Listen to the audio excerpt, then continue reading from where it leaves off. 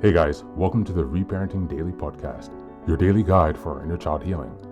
This podcast helps you establish a consistent reparenting routine and is divided into 3 sections. The first is a daily reading, the second is a discussion of that reading followed by suggested journal prompts, and the last section is a peaceful meditation for closing.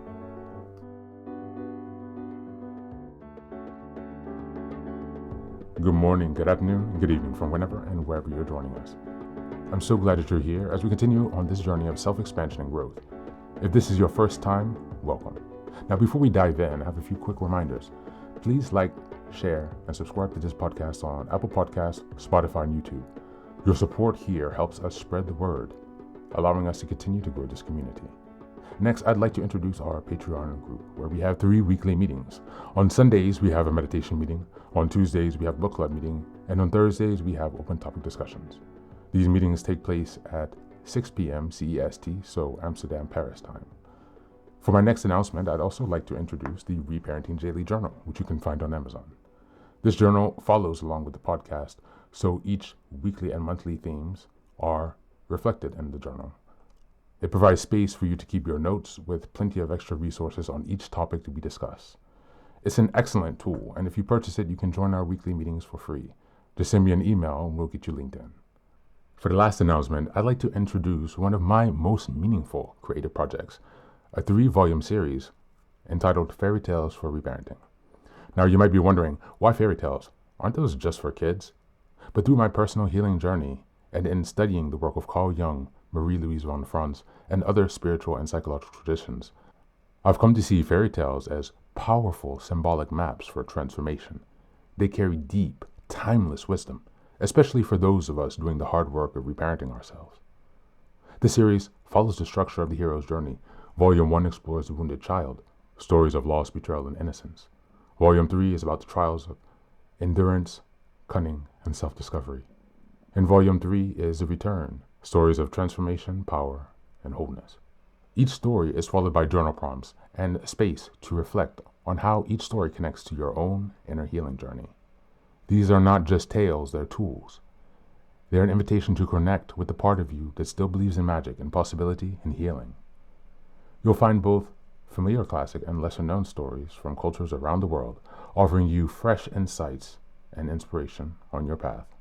All 3 volumes are now available on Amazon. Your support means so much to me, not just for this project, but for the larger mission of helping myself and others reconnect inwardly. Reparenting is like nurturing a bonsai tree. It's not fast, it's not flashy, but with care, patience, and consistency, it will transform you. Thanks so much for being here and for supporting this work, and also for committing on your personal journey of self-expansion. Now, without further ado, let's dive into today's practice. Today's reading is also from the ACA Daily Meditation. It's from June 22nd and it's entitled Tolerating the Unacceptable. This is a reminder we're in July, and the theme for this month is establishing boundaries and assertiveness. We are in week 2, which is July 8th until the 14th. And the theme for this week is learning to say no. Tolerating the acceptable. We will see how our low self-esteem has us judging ourselves mercilessly, giving others the benefit of the doubt, and tolerating inappropriate behavior. Big Red Book, page XXI. Many of us were taught that it was virtuous to put up with whatever was doled out, shut up about whatever was going on, and deny our feelings in the process. This led us to doubt our own perceptions, which led us to doubt our own self-worth. Because we actually survive, some of us interpret our ability to deal with the unacceptable situations as resilience.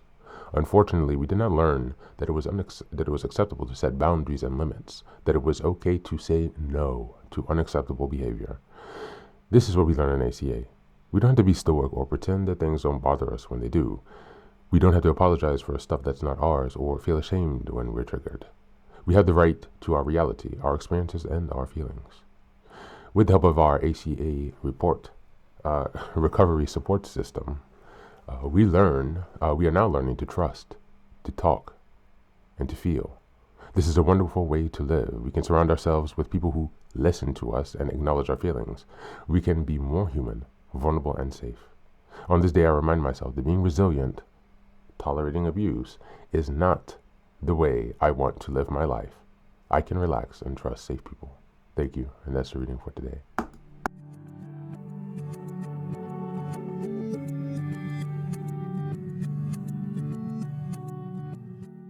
Welcome back, welcome back. Many of us were raised to believe that enduring meant strength, that silence was maturity, and that letting others cross our boundaries without protest was somehow noble. But as children, we weren't taught boundaries. We were trained to suppress, endure, and internalize the pain. We call it resilience. But survival is not the same as self-worth, and tolerating mistreatment is not strength, it's a trauma response. Reparenting means reclaiming our right to say no without guilt, fear, or apology. It means unlearning the belief that other people's comfort matters more than our safety. We now get to validate our experience, honor our reality, and choose people who respect us. True strength is not found in how much abuse you can handle. It's found in how quickly you can walk away from it. As we go into the journal prompts for today, number one, in what situations or people am I still tolerating out of fear, habit, or false resilience? Number two, what old belief makes me doubt my right to say no and set limits? And number three, what does strength look like for me today if I was not tolerating the intolerable? That's it for today. As always, thanks for being here. Take care of yourself, and please do be well.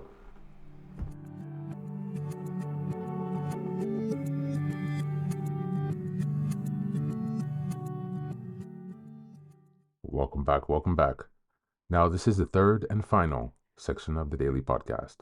This is your silent meditation. Please go ahead and find a space where you can be comfortable and undisturbed, where you can relax and spend some time with yourself for this 10-minute silent meditation.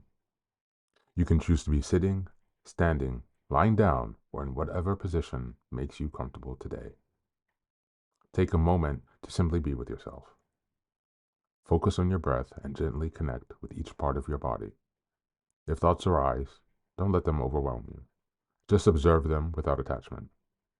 Imagine them as leaves drifting down atop a river, passing by without needing your engagement.